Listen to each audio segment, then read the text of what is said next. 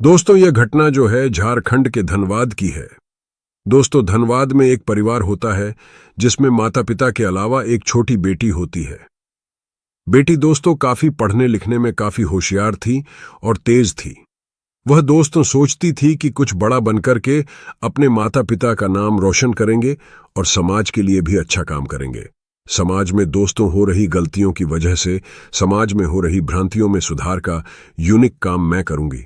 दोस्तों, इसी सोच को लेकर के वह आईपीएस की तैयारी करती है और दोस्तों वह आईपीएस में उसका आखिरकार चयन भी हो जाता है। दोस्तों, चयन होने के बाद वह ट्रेनिंग करती है और ट्रेनिंग होने के बाद वह आती है घर पर।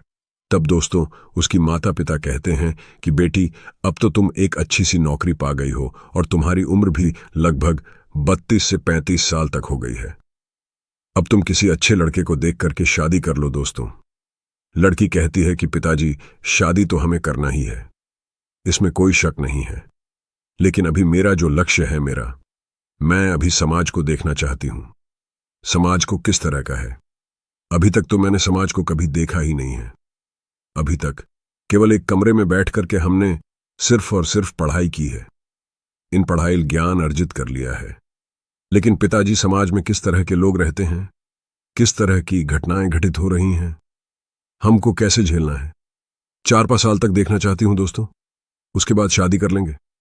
दोस्तों पिताजी, उसके माता पिता समझाते हैं, लेकिन दोस्तों वह बेटी नहीं मानती है। फिर पिताजी कहते हैं, बेटी, अब तुम समझदार खुद हो गई हो, अपने हिसाब से अपना ध्यान रखना। दोस्तों, लड़की ड्यूटी के लिए आखिरकार जवाइन हो जाती है और धनबाद में ही दोस्तों उसकी पोस्टिंग हो जाती है और वह ड्यूटी पर ना जाकर के वह अपने गाड़ी में दोस्तों बैठती है और ड्राइवर से कहती है कि मुझे किसी सुनसान जगह पर कि ड्राइवर छोड़ दो। दोस्तों, उसी शहर में एक जगह पर, सुनसान जगह पर, वह उसका ड्राइवर पर्सनल जो होता है वह जाकर के आईपीएस को छोड़ देता है। लेकिन दोस्तों आईपीएस जो थी वह गेटअप अपना जो बनाती है और वह एक भिखरण की बनाती है और वह दोस्तों अपना गेटअप एक भिखरण की तरह बना लेती है और अपने ड्राइवर से कहती है बड़े प्यार से कि मैं जिस तरह से मार्केट में जा रही हूं, इनकी भाना किसी को भी मत देना मत। अगर तुम किसी को मेरे बारे में बताओगी तो तुम्हारी नौकरी समझो चली गई। इसमें कोई शक नहीं है। दोस्तों, ड्राइवर डर जाता है और वह कहता है, मैडम ठीक है, हम किसी से कोई चर्चा नहीं करेंगे। अब दोस्तों सुष्मिता जो होती है और दोस्तों एक भिखरण का भी रूप ले लेती है और टहलते टहलते हुए थाने के पास पहुंच जाती है।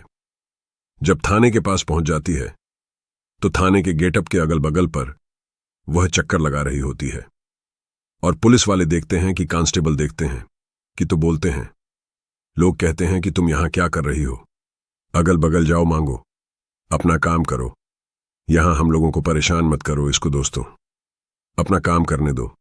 दो लड़की दोस्तों कहती हैं कि ठीक है, आप लोग काम करिए, हम थोड़ी किसी को रोक रहे हैं, थोड़ी किसी को कुछ कर रहे हैं। लड़की दोस्तों नजरअंदाज उस भिखार की नजर अंदर थाने में रहती है। वहां पर करीब 203 मिनट के बाद कोई एक दोस्तों केस आता है। दो दोस्तों वो लोगों की भीड़ लग जाती है और भिखार कहती है कि साहिब, इतनी भीड़ काहे को यहां है। लोग दोस्तों पुलिस वाले जो होते हैं वो कहते हैं केस आया है, एक लड़की का मामला है, लड़की का रेप का मामला है, लड़की का परिवार है और उसका जो विपक्षी था, लड़की का रेप करने वाला दोस्तों जो था वह पैसे वाला, पार्टी वाला था, किसी बिजनेस का लड़का रहता था जो दोस्तों इस लड़के के साथ गलत काम किया था। अब दोस्तों जब जैसे ही दो सुष्मिता देखती है तो भिखार देखती है तो वह पुलिस की नजर को बचते बचते वह थाने के अंदर प्रवेश कर जाती है।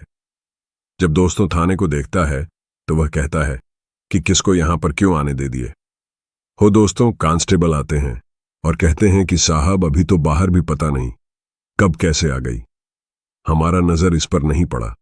तो दोस्तों जो थानेदार उस थाने का रहता है वह कहता है, दे दो इसको, कुछ खाने को दे दो, कुछ पैसे दे दो, जाए यहां से चली जाए, अपने रास्ते, हमको अपना काम करने दो। दोस्तों पुलिस वाले कहते हैं कि आप कुछ खा लीजिए, कुछ खा लीजिए, पैसा ले लीजिए, आप यहां से जाइए, आपसे सबने निवेदन है। दोस्तों जो भिखार वह कहती है, मैं थोड़ा देर यहां पर बैठना चाहती हूं और देखना चाहती हूं, मुझको अच्छा लग रहा है, यहां पर मैं थोड़ा देर आराम करना चाहती हूं। एक दोस्त तो कोने पर वह पेड़ के नीचे वहां आखिरकार बिखरण बैठ जाती है और वहां से दरोगा के द्वारा उस किस को निपटाने का, उस लड़की को, उस सेठ के बीच में जो कुछ हो रहा था दोस्तों, उस सेठ को लड़के से मतलब उस लड़की के बारे में दरोगा कैसे डील कर रहा है, ये चीज वह बगल में बैठे पेड़ के पास से वह बड़े ध्यान से देख रही थी। और लड़की का जो बाप आता है और वह कुछ पैसे देकर के जो दरोगा साहिब बैठे होते हैं वह केस दबाने का दोस्तों प्रयास कर रहे थे, बिल्कुल साफ दिख रहा था। दोस्तों, इधर गरीब के माँ बाप जो होते हैं वह सब कहते हैं कि साहब हम गरीब परिवार से हैं, हमारे पास पैसा देने के लिए कोई ताकत नहीं है, पैसा देने की हैसियत भी नहीं है, कृपया मुझे इंसाफ दिला दीजिए, हमें यही रिक्वेस्ट है। दरोगा जब दोस्तों उधर से पैसा पा जाता है तो वह उसकी तरफ बिल्कुल हो जाता है, उसकी पक्ष से, पैसे वाले के पक्ष से सारी बात करने लगता है। अब दोस्तों थोड़ी ही देर में दरोगा का जो होता है रवैया बिल्कुल बदल जाता है, चेंज हो जाता है। वह इस बूढ़ी इस गरीब परिवार को प्रताड़क करने लगता है और उल्टा सीधा बोलने लग जाता है। सब चीज दोस्तों बिखार जो आईपीएस अधिकारी होती है वो वहां पर बिल्कुल चुपचाप देख रही थी। अब दोस्तों जब दरोगा जो होता है, दरोगा कहता है कि मैं तुम यहां पर जाओ, घर में तुम्हारे केस को देख लूंगा। गरीब परिवार जो दोस्तों होता हुआ कहता है, साहब आपके भरोसे हैं, हम मेरी बेटी को न्याय मिल जाए, मुझे और कुछ भी नहीं चाहिए। दरोगा बड़ा प्यार से कहता है कि ठीक है, मैं इस पर गहर अध्ययन करके इसका रिपोर्ट लगाऊंगा और कोशिश करूंगा कि जल्द से जल्द कार्यवाही हो जाए। लेकिन दोस्तों उसके बाद वह उसके विरुद्ध जो वह सेठ का लड़का जो था, दोस्तों सेठ जो था वह उसे पै ले लेता है और उसके पक्ष में दोस्तों कार्यवाही करने लगता है। जब दोस्तों गरीब परिवार थाने की तरफ, थाने से बाहर की तरफ जाता है तो वह बिखरण उससे पूछ लेती है कि वह आईपीएस अधिकारी उससे पूछ लेती है कि आखिर क्या बात है, हमको आप बताइए, खुल के बताइए। दोस्तों गरीब परिवार जो था वह कहता है कि मेरे साथ क्या हुआ है, मेरी बेटी के साथ जो हुआ है उसी को दिखाने आए थे, आपसे क्या मतलब है, आप अपना काम करिए। दोस्तों गरीब परिवार जो था वह नहीं जानता था कि वह एक आईपीएस साहिब हैं और वहां पर बैठे बैठा को कोई भी कर्मचारी या नहीं जान रहा है कि यह एक नई आईपीएस अधिकारी है जिसकी तैनाती यहां हुई है। और दोस्तों वह आईपीएस अधिकारी पूछती है कि क्या क्या हुआ है, पूरा मैटर तो हमको बताओ।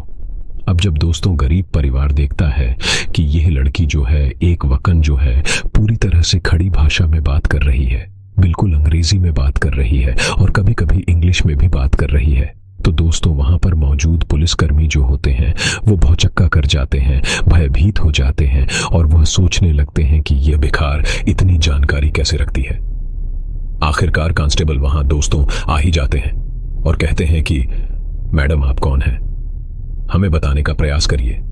तब दोस्तों वह अपना गेटअप हटाती है और दरोगा को फटकार लगाते हुए कहती है कि तुमने इसके साथ बहुत अन्याय किया है, इसके साथ न्याय मैं दिलाऊंगा।